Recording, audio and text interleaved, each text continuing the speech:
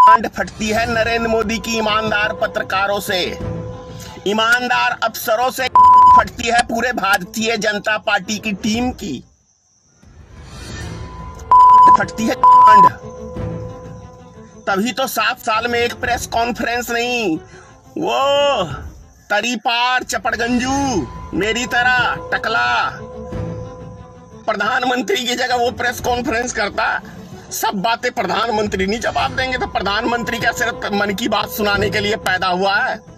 ये तो इलेक्शन के टाइम में बोलता ना।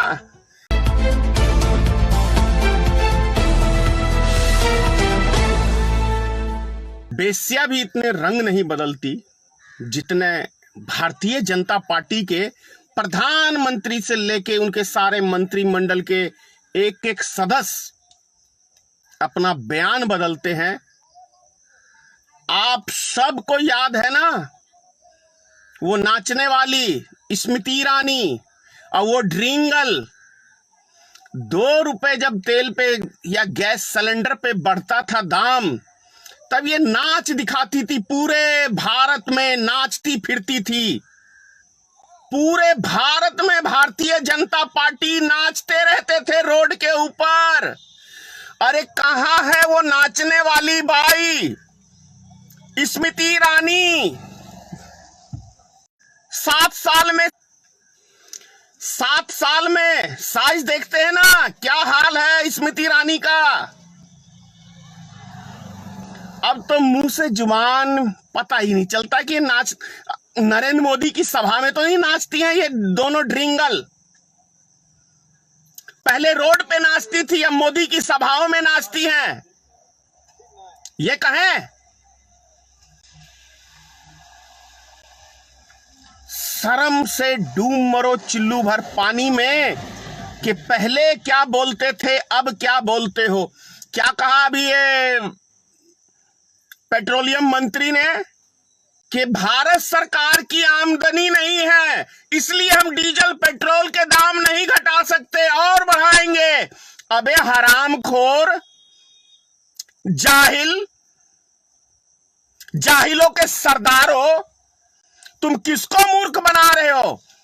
क्या चीज के ऊपर आमदनी नहीं है भारत सरकार की? एक वस्तु का नाम गिनवाओगे? नमक से लेके आटे से लेके तेल से लेके ऐसा कौन सा वस्तु है जिसके ऊपर भारत सरकार इस देश की जनता की फाड़ के टैक्स नहीं ले रही है? कहां जा रहा है ये सारा पैसा? तुम्हारे पिताश्री के वो आरएसएस के संगठन में, या सारे भारतीय जनता पार्टी के नेता देश को लूटने में लगे हुए हो? 70 रुपया डीजल पेट्रोल पे तुम लूट रहे हो इस देश की जनता को और बोल रहे हो देश कंगाल हो गया, हमारे पास कोई विकल्प नहीं है। अबे हरामखोरो, तुम्हें सत्ता पे कौन बोलता है कि तुम सत्ता चलाओ? जब तुम लोग से कुछ संभल नहीं रहा तो बेशरम की तरह उल्टे सीधे बयान देते हो। और वो एक हरामखोर भाजपा का नेता बोलता है कि महंगाई एक आपदा है तो खाना छोड़ दो, गाड़ी चढ़ना छोड़ दो। अबे तुम हरामखोरो, सत्ता राजनीतिक करना छोड़ दो। तुमसे यदि देश नहीं संभल रहा, समाज नहीं संभल रहा, तुम छोड़ दो। तुम्हारे बस का नहीं है ना तुम्हारे बाप नरेंद्र मोदी के बस का है, क्योंकि तुम साले जाहिल गंवार, तुम चंद रुपयों के लिए इस देश की जनता को बेच दिए हो उद्योगपतियों के हाथों, और तुम खुद बिके हुए हो। तुम्हारी औकात नहीं है एक लफ्ज बोलने की। अब ये ड्रिंगल हेमा मालिनी और ये स्मृति ईरानी अब नाच कहां दिखाती है? मुझे ये बताओ, किसके आगे नाच रही है आजकल? पहले तो देश की जनता के आगे नाचती फिरती थी कि हम पता नहीं कितने बड़े समाज सेवक हैं। अब क्या इस समाज के लुटेरे तुम लोग बन गए हो? पहले देशभक्ति जागता था, कांग्रेस पार्टी ने देश को लूट लिया, तो तुम हरामजादा तुम लोग क्या कर रहे हो? तुम तो सिरिंज लेके, जैसे इंसान का वो मच्छर खून जो है ना वो घुसा के सूढ़ और चूसता है, उस तरीके से तुम देश की जनता को चूस रहे हो और अपने आप को देशभक्ति का पाठ पढ़ाते बोलते हो कि हम देशभक्त हैं, राष्ट्रभक्त हैं। कहां जा रहा है ये पैसा? अबे राम मंदिर के नाम पे भी डकैती डाल ही दी ना, यही है तुम्हारा चाल चरित्र। बेच लिया राम मंदिर के जमीन को भी हरामजादो। और वो प्रधानमंत्री ने ट्रस्ट बनाया था। अरे चोर प्रधानमंत्री, हरामखोर प्रधानमंत्री, कहां? इसीलिए तो कभी मीडिया में एक प्रेस कॉन्फ्रेंस नहीं करता प्रधानमंत्री, क्योंकि पता है पत्रकार फाड़ देंगे नीचे से। एक भी प्रश्न का उत्तर दे दिया, पूछ लिया, तो मोदी के मुख से एक लफ्ज नहीं निकलेगा और हमारे मोदी की नाक कान सब ये मीडिया वाले काट देंगे। अरे गोदी मीडिया नहीं पूछेगी तो कुछ तो है ईमानदार मीडिया, जिनसे नरेंद्र मोदी की गांड फटती है। गांड फटती है नरेंद्र मोदी की ईमानदार पत्रकारों से, ईमानदार अफसरों से गांड फटती है पूरे भारतीय जनता पार्टी की टीम की। गांड फटती है, गांड। तभी तो 7 साल में एक प्रेस कॉन्फ्रेंस नहीं। वो तरी पार चपड़गंजू मेरी तरह टकला प्रधानमंत्री की जगह वो प्रेस कॉन्फ्रेंस करता। सब बातें प्रधानमंत्री नहीं जवाब देंगे, तो प्रधानमंत्री क्या सिर्फ मन की बात सुनाने के लिए पैदा हुआ है? ये तो इलेक्शन के टाइम में बोलता ना कि हमारा जब प्रधानमंत्री बनेगा तुम लोग को कोई प्रश्न का उत्तर नहीं देगा। अरे हिंदुस्तान के लुटेरों, हिंदुस्तान के अमन शांति के दुश्मनों, यही हो ना तुम्हारा। अब तो हिंदू मुसलमान भी बच्चा बच्चा समझ गया है क्या है तुम्हारी राजनीतिक। देख लिया ना बंगाल में, भाग रहे हैं तुम्हारी पार्टी छोड़ छोड़ के। लाख छुपाओ छुप ना सकेगा, राज ये गहरा, गाना है ना। आगे क्या वो कहते हैं कि असली नकली चेहरा आ गया तुम्हारा, असली नकली चेहरा देश की जनता के सामने। तुम जब भी सत्ता पे आते हो तो देश की जनता को एक बहुत बड़े संकट से गुजरना पड़ता है। लोग, अभी मैंने जो 7-8 महीने पहले जो वीडियो बनाया था, पेट्रोल के दाम 100 पार किए थे, अब तो डीजल के दाम भी 100 पार कर गए। बोलता है देखो क्या अजीब सा एक इत्तेफाक है। इत्तेफाक क्या कहें भाई, कैसे बेशर्मी की तरह ये लोग बयान देते हैं कि पता ही नहीं, हमारी आमदनी नहीं है। तो वो चूतिया प्रधानमंत्री जो लाल किला पे खड़ा होके बोलता था कि 3 लाख कंपनियों को हमने बंद कर दिया, तो चूतिया प्रधानमंत्री है ना, है कि नहीं है? जो प्रधानमंत्री एक लाल किला के ऊपर खड़ा होके बोले कि देखो हमने 3 लाख कंपनियों की मान्यता खत्म कर दी, बंद कर दिया, ताले लगा दिए हमने, तो वो चूतिया ही कोई प्रधानमंत्री बोल सकता है, अकलमंद नहीं बोल सकता। अकलमंद तो बोलता है कि देखो हमने 5 लाख या 1 लाख कंपनियां खुलवा दी। तो ये चूतिया प्रधानमंत्री बंद करने पे जब यकीन रखता है तो देश का बेड़ा गर्क नहीं होगा तो क्या होगा?